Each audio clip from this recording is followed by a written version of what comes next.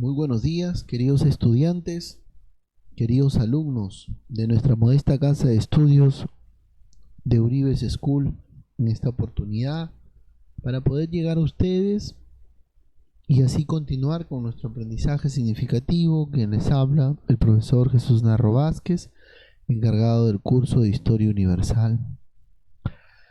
Esperando que cada uno de ustedes en sus hogares, con sus padres de familia, se encuentren ustedes bien de salud. Asimismo, desde ya felicito a cada uno de ustedes, señores padres de familia, queridos alumnos, porque sé que ustedes responsables se suman a lo dispuesto por nuestro presidente, a lo dispuesto ante esta situación de pandemia que estamos pasando, ante este tiempo difícil que nos está tocando vivir.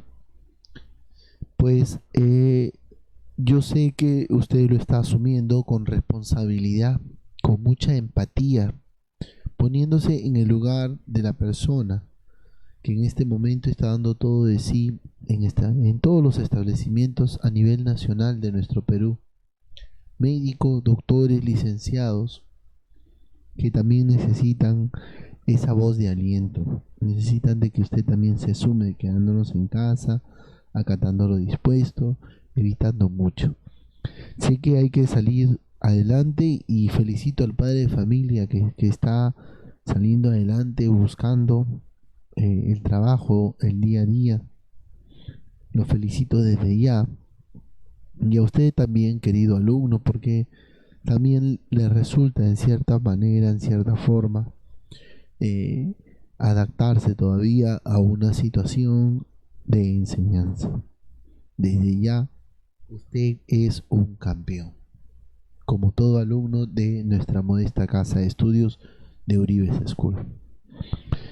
Nos hemos dado un tiempo para poder comentar, hablar y dialogar acerca de este punto importante de la situación de la cual estamos pasando.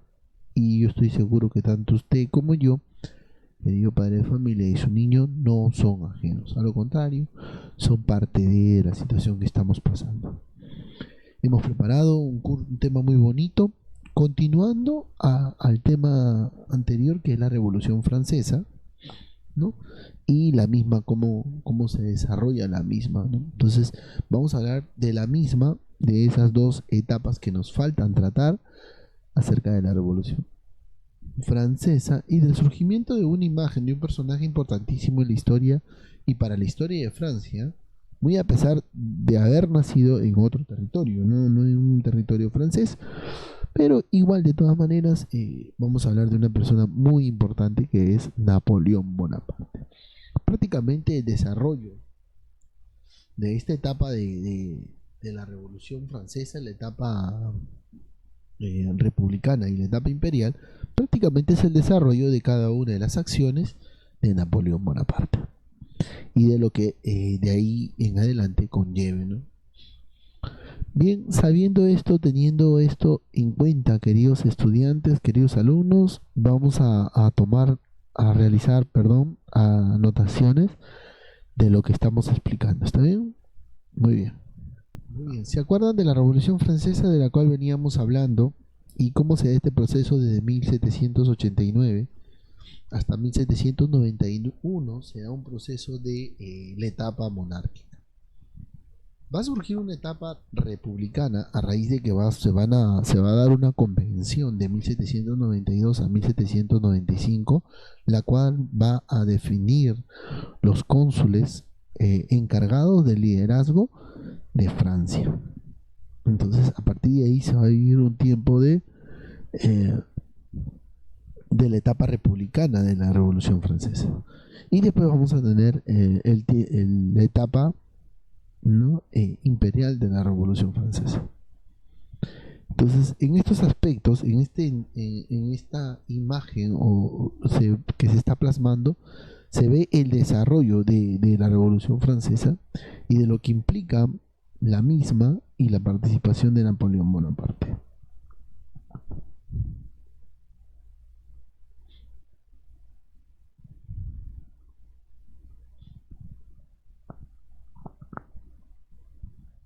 Bien, ahora sí, entrado en materia y sabiendo esto sobre lo que vamos a tratar, vamos a hablar de la era de napoleónica, la era de Napoleón Bonaparte, una era importantísima dentro de la historia universal, para Francia, para el continente europeo, ¿no?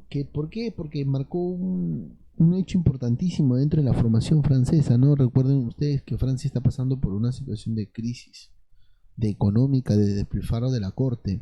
Entonces, esto va a permitir el surgimiento de posiciones opuestas como revolucionarios y la búsqueda de la organización del mismo. Tenemos acá la era napoleónica. Pero ¿cómo se presenta el ascenso de Napoleón hacia lo que el liderazgo, el gobierno como tal? ¿Cómo se acomoda, cómo se ve o cómo llega Napoleón a ser parte de esta etapa republicana de la Revolución Francesa? Es lo que estamos viendo a continuación.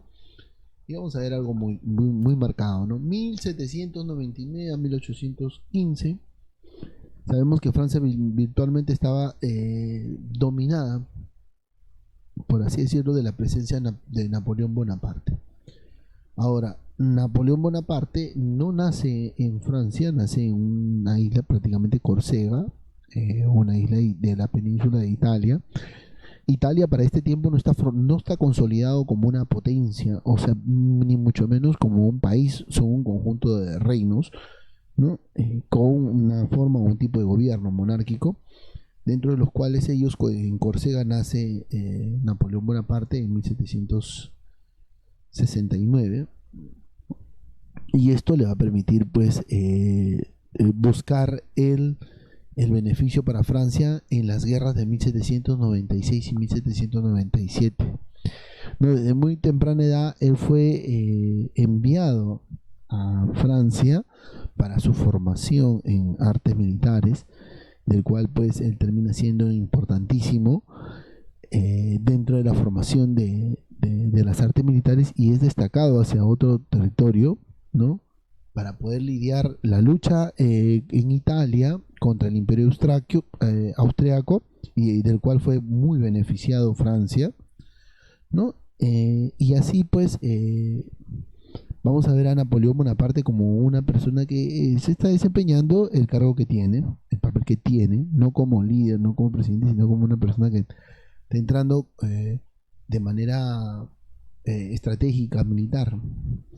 Así el directorio de Francia, quizás un poco receloso de lo que está abarcando Napoleón, de la forma como está conduciendo su ejército Napoleón, ¿no? Decide por recelo enviarlo a una campaña. Esta campaña la campaña Egipto, se realiza con ganas de querer estropear el trabajo de Gran Bretaña y sobre todo perjudicar, ¿no? La expedición en realidad termina siendo un fracaso. Horacio Nelson, el almirante británico, prácticamente destruyó la flota francesa, el Aboukir, y lo dejó incomunicado a las fuerzas de Napoleón Bonaparte. Entonces no se presenta claro una participación beneficiosa de Napoleón en esta parte de la historia, pero se va posicionando dentro dentro de los estándares de los militares. Es así que empieza a participar, a realizar la campaña a Italia, con el fin de querer desestabilizar la economía austríaca. Muy bien, recuerden que Austria está dominando prácticamente el norte de la península de Italia, territorios de los cuales también Francia tenía cierta visión sobre esos territorios. Así va a surgir, ¿no? Las victorias como la victoria de Arcola y Rivoli, prácticamente victorias importantes porque van a permitir firmar con Austria el tratado de Campoformio, ¿no? De 1797.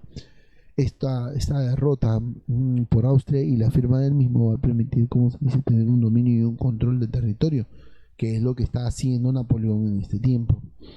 Muy bien. Hasta la llegada de la campaña a Egipto, ¿no? Esta campaña era como objetivo primordial bloquear el comercio inglés de las Indias. Entonces va a desatarse un enfrentamiento. La victoria en una de las primeras batallas se le va a dar a Napoleón, ¿no? La batalla de las pirámides, pero después la flota francesa es destruida por los americanos, perdón, por los británicos, al mando de Horatio Nelson, en el combate de Aboukir, el cual esta victoria pues define la situación del dominio de Napoleón, y se puede decir que esta campaña de Egipto fracasa, ¿no? En el combate de Aboukir, y el encargado de la derrota de Napoleón es Horatio Nelson. ¿Qué influencia tuvo Napoleón en Europa? La primera pregunta que nos hacemos es, profesor, muy a pesar de las derrotas, muy a pesar de todo esto, va a tener una influencia importantísima, ¿no? Se consolidaron los logros de una revolución, o sea, de la Revolución Francesa, y sus ideales se extendieron por toda Europa, o sea, por toda Europa se han extendido esos ideales. Entonces estamos teniendo un tiempo de una era napoleónica posicionada, dada, con las garantías suficientes de prácticamente la garantía suficiente de un Estado francés que le está permitiendo, como se dice, tener cierto dominio, cierto control en territorios. Pero ese dominio y ese control se va a ver beneficiado en 1799, cuando el consulado, o sea, esta asamblea va a determinar el liderazgo, por así decirlo, de 3 cónsules: el cónsul de Sieyes, el cónsul de Ducos y el cónsul, ¿no?, de Bonaparte. Entre estos 3, prácticamente el poder se va a ver concentrado cada vez más para Francia, ¿no? Entonces Napoleón, los otros 2 solo cumplían con su rol de consejeros, y eso lo iban a tener presente. Y así vamos viendo cómo Napoleón Bonaparte va posicionándose dentro de lo que es la etapa republicana de Italia. Y es esta etapa la cual pues vemos claro la política que intenta Napoleón, ¿no? Un objetivo central, ¿no?, y marcado fue consolidar las conquistas revolucionarias, ¿no? ¿Para qué? ¿Qué quieren evitar con esta situación que se está presentando, ¿no? Evitar que uno de los puntos importantes era evitar, como se dice, la caída de Francia, ¿no? Se van a aplicar, va a haber una planificación social dada desde asumir como cónsul y responsable, ¿no?, la aplicación de las reformas sociales y económicas, la normalización de las relaciones con la Iglesia Católica, que es importantísimo. Más adelante Napoleón le da, como se dice, el grado que merece la Iglesia Católica como tal.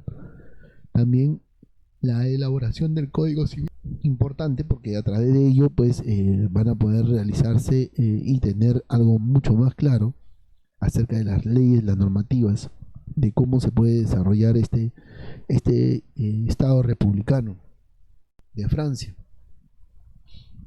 Pero eso va a llegar prontamente a su fin, ¿no? Decíamos hace un ratito que era importante consolidar y tener como alianza, ¿no?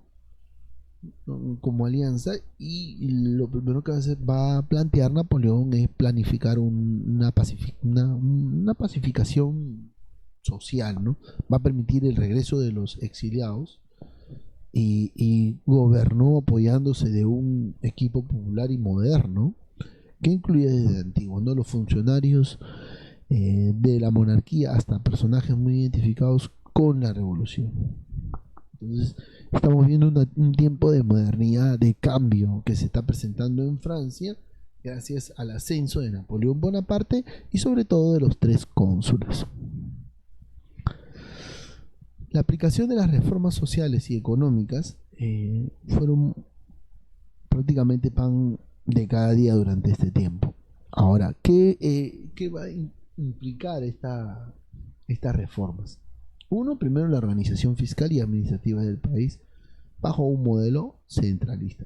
Se va a presentar cierta situación que no va a ser bien vista, no por algunos, pero se va a, como se dice, cimentar la estructura de las finanzas públicas a través de la creación del banco, ¿no? Un banco de finanzas y de una moneda, el franco germinal.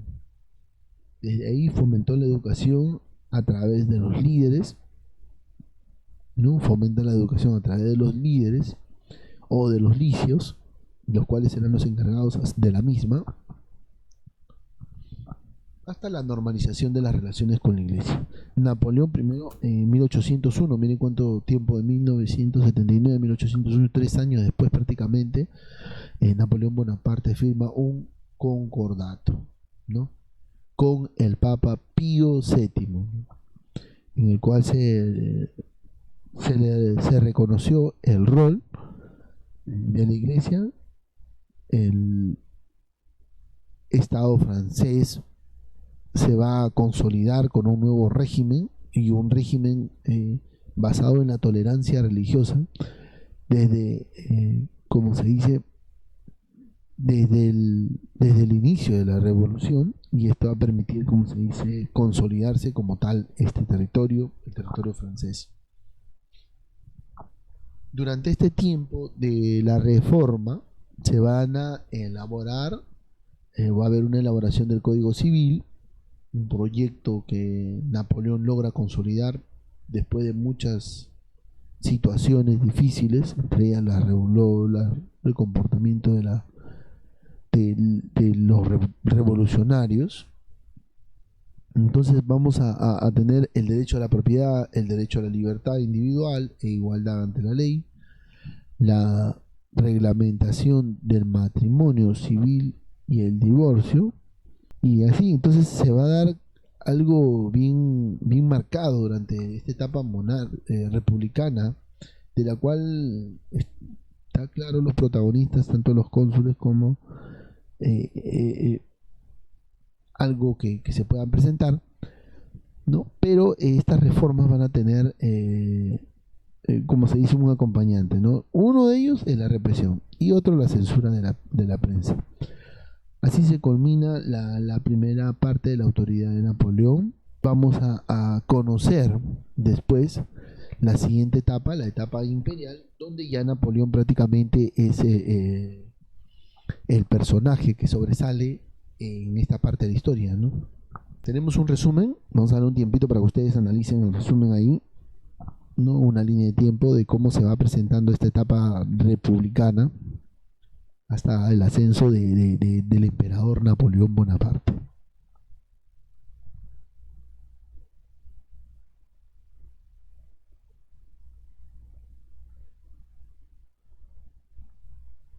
Muy bien, ya analizado la línea de tiempo, vamos a continuar nosotros. Vamos a ver el imperio de Napoleón. Una vez posicionado Napoleón y puesto, marcado como el emperador, como se dice, y las cosas van a cambiar. Luego de ser consagrado como emperador de los franceses, Napoleón concentró sus fuerzas en la Revolución Europea.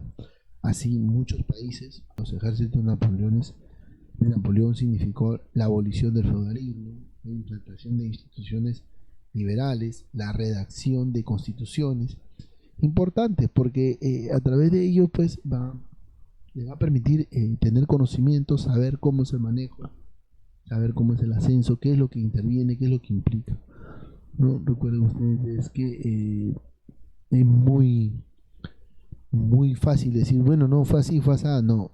Está bien marcado, claro, de cómo fue prácticamente el tiempo o esta etapa de la etapa imperial de la Revolución Francesa y de su líder representativo, que es Napoleón Bonaparte. Napoleón Bonaparte va a librar diferentes guerras, ¿no? Entre los años 1805 y 1815, donde ya prácticamente es exiliado, ¿no? Que es la última batalla, y se van a desarrollar en estos años, ¿no? el ámbito militar y diplomático de Napoleón, tuvo que enfrentarse a los estados europeos, a la gran mayoría, y esto va a permitir que él, antes de 1815, se consolide y esté fuerte y esté reacio, y los otros países puedan ver reflejadas las mejoras. En 1805 vence a los austríacos y a Prusia, ¿no? Lo cual amplió el dominio en el continente europeo, ¿no? ¿En qué combate? Trafalgar, la batalla del Ulm. En 1806 Napoleón va a decretar un bloqueo continental contra Inglaterra, y esto va a ser un pronunciamiento importantísimo, ¿no? Ya que ningún buque inglés podía entrar a puertos europeos. Así prácticamente se gana, como se dice, la antipatía de los ingleses de Gran Bretaña, y esto va a propiciar de que él en 1808 se expanda, ya seguro, ¿no? Se expande y invade España, Portugal, y puso en el trono español a su hermano José Bonaparte, lo que produjo la independencia de las colonias hispanoamericanas, ¿no? Que justamente coincide con temas como la búsqueda de la independencia de estas colonias hispanoamericanas. Para 1812, el dominio de Napoleón alcanza su máximo apogeo, la máxima etapa imperial de Napoleón, aunque marcó el inicio también de su caída, ¿no? En España. La población se levantó contra las tropas francesas, y en Rusia el ejército napoleónico sufrió una derrota, ¿no? Marchó hasta Rusia, pero no se percató del clima, de cómo iba a asumir muchos aspectos, y esto trajo consigo mucha muerte de soldados prácticamente, y Napoleón pues tuvo que asumir con responsabilidad dicha situación. Para 1813 se forma una nueva coalición, ¿no? Encabezada por Inglaterra, Rusia, Prusia, Austria, que derrotó prácticamente en la batalla de Lexing, esta batalla importantísima, porque es, como se dice, una de las últimas batallas de Napoleón, y él pierde el trono. Para 1813 pierde el trono a raíz de la pérdida de la batalla, y esto trae consigo una situación difícil. En definitiva, desde la incursión a Rusia y el llegar a Berlín y lanzar un pronunciamiento, muy a pesar de que ellos llegan a Berlín y prácticamente la ciudad está levantada en llamas, ¿no? Les pareció algo raro, curioso. Entonces, vamos a darnos cuenta de Napoleón, de sus últimos días, las horas contadas, pero a pesar de eso, para 1815, muy a pesar de ser este año la fecha clave en la cual es derrotado, ¿no? En la batalla de Waterloo, ¿no? Va a surgir un tiempo llamado los 100 días, ¿no? Así como Napoleón asume en la noche de Brumario, ¿no? La noche de Brumario, a través de un golpe de estado, asume colocarse dentro de los cónsules, tener el grado de los cónsules prioritarios, principales, por así decirlo, le va a permitir, como se dice, saber y conocer un poquito más, ¿no? Napoleón reconquista el trono, ¿no? Luego de un breve periodo de tiempo, recupera el mismo prácticamente, pero ya dejaba un Napoleón en cuanto a organización inestable, ¿no? Y él asume el liderazgo del trono francés durante 100 días. A este periodo se le conoce como los 100 días de Napoleón Bonaparte. En definitivamente, la derrota en la batalla de Waterloo significó un acontecimiento importantísimo. Importantísimo, ¿por qué? Porque prácticamente estamos viendo la caída de Napoleón Bonaparte. Él, en la batalla de Lexing y en la batalla de Waterloo, ambas derrotadas, va a ser capturado, va a ser entregado recuerden ustedes que los ingleses lo quieren, pues prácticamente es entregado prácticamente a ingleses, quienes lo enviaron a la isla Santa Elena como exilio, donde Napoleón Bonaparte muere en el año 821, después de prácticamente de un tiempo exiliado en este territorio. Importantísimo en la línea de tiempo, ¿no? Desde la coronación de Napoleón, ¿no? Se podría decir prácticamente desde el golpe de Estado que da Napoleón hasta este último gobierno de los 100 días de Napoleón Bonaparte, y como desde la batalla de Leipzig, como se dice, presentar los pasos, los primeros pasos a la caída prácticamente a la caída de esta etapa imperial de Napoleón Bonaparte en Waterloo. Tenemos una línea de tiempo ahí clarita, ¿no? Para que ustedes puedan analizar y ver cómo se va desarrollando de 1805 a 1815, prácticamente 10 años, ¿no? Se va desarrollando todo este proceso imperial de Napoleón Bonaparte, para que ustedes analicen, chicos.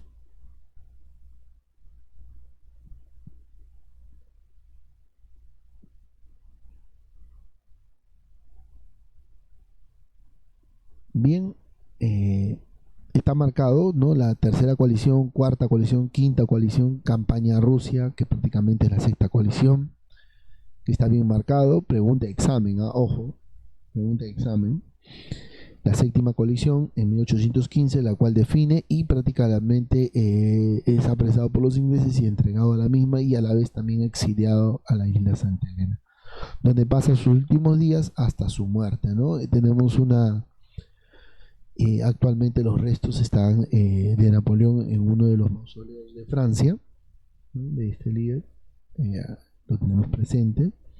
Es el mausoleo de Napoleón Bonaparte, ¿no? Importante, ya que es visitado, observado y también valorado, ¿no? Dentro de las acciones positivas y negativas que de repente Napoleón Bonaparte realizó en Francia a beneficio de la misma. Siempre hay cierto respeto, ¿no? Porque es parte de la historia, ¿no? A veces también se tiene que cultivar, ¿no? Por eso que el acceso al mausoleo de Napoleón es permitido, y usted puede apreciar todo esto. Muy bien, chicos, estamos llegando casi a la parte final de nuestra exposición acerca de Napoleón Bonaparte, ¿no? Curioso, ¿no? Napoleón Bonaparte, desde el golpe de Estado, al asumir como cónsul dentro de los tres, uno de los más importantes, cómo se va encaminando dentro del Estado de Francia, llegando hasta ser considerado como un emperador, ¿no? Una visión de Napoleón importante para el tiempo, y que no duró demasiado. Fue corto el proceso, que duró de 10 a 12 años prácticamente. Entonces, que en cierta medida dejó un gran legado, ¿no? Un gran legado de organización, como lo ven los franceses como tal. Bien, queridos estudiantes, espero que haya sido de su agrado. No sin antes recalcarles que tengan presente realizar cada una de las actividades que se está dejando, y que se irán pues anexando a lo explicado el día de hoy. ¿Sí? Bueno, chicos, cuídense, por favor. Continúen pues siendo responsables ustedes, y motivando esa responsabilidad en casa a sus padres, o viceversa en este caso. Muchas bendiciones. Nos vemos, chicos, en el siguiente video o la siguiente clase.